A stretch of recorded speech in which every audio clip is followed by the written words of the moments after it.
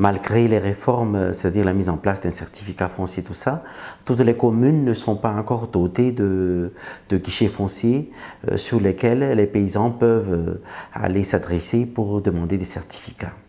Seulement encore un tiers de communes à Madagascar sont équipées donc de guichets fonciers, c'est-à-dire là où les paysans peuvent demander des certificats fonciers. Pour les jeunes, donc, il y a plusieurs problèmes de l'accès des jeunes au foncier pour la simple raison que les terrains sont souvent au nom des parents ou des grands-parents et que le système de mutation est très compliqué. À Madagascar, c'est vraiment une démarche longue et difficile qui peut aller sur plusieurs années. Et deuxièmement, les terrains qui sont hérités par ces jeunes-là sont des terrains sur des toutes petites parcelles atomisées. Et les politiques agricoles ne sont pas encore en faveur donc, de l'accès des paysans, des jeunes générations à la terre pour leur permettre donc de cultiver, de mener à bien leur activité. Donc il y a le problème d'orientation politique qui n'est pas en faveur des jeunes.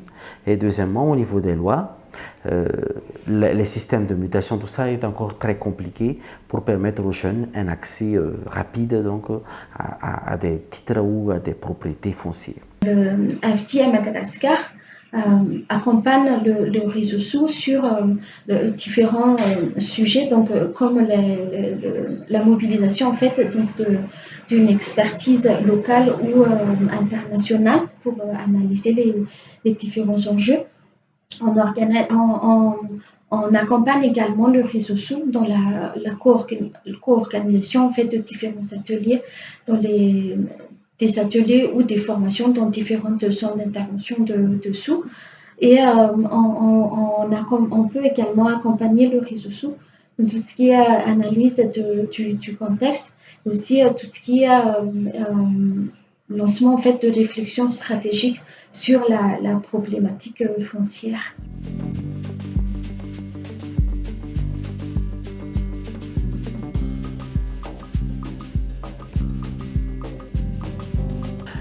L'accès à la terre donc est remis en question parce que il y a l'accroissement du nombre de familles, il y a l'arrivée massive des jeunes.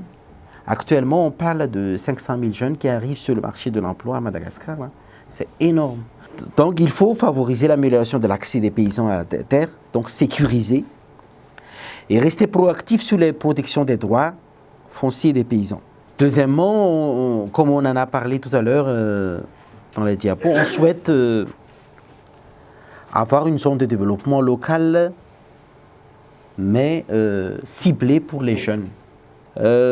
Troisième élément, c'est de travailler sur les contrats de métallage-fermage. Je n'ai pas vu les lois, mais on m'a dit qu'il existe déjà des projets par rapport à ça pour sécuriser l'utilisation des jeunes, des terrains.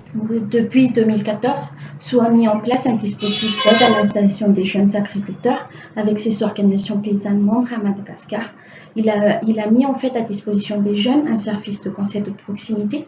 Il a également mis à disposition une aide financière et un rapprochement avec les institutions financières pour faciliter en fait tout ce qui est accès à l'investissement. Et il a également organisé des formations à la prise de responsabilité pour une meilleure insertion professionnelle des jeunes dans les organisations paysannes. Le foncier n'avait pas été mis en avant dans la mesure où l'installation s'est faite dans le cadre familial.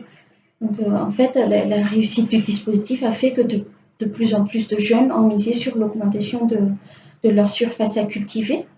Ils ont investi sur le foncier quand c'était possible et certains ont même entamé ont commencé à entamer en fait des démarches de sécurisation de leur foncier.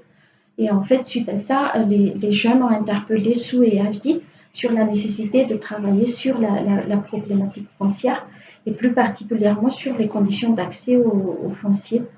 Le réseau SOU va mener des actions concrètes donc, en faveur de plaidoyer, en faveur des jeunes, pour que l'orientation politique tienne compte donc de l'aspiration des jeunes en mettant en place des zones de développement local destinées pour les jeunes agriculteurs malgaches.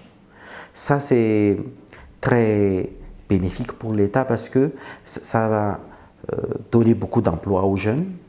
Et il faut reconnaître que les terres disponibles à Madagascar sont encore de grande importance et ces terres-là doivent revenir aux jeunes.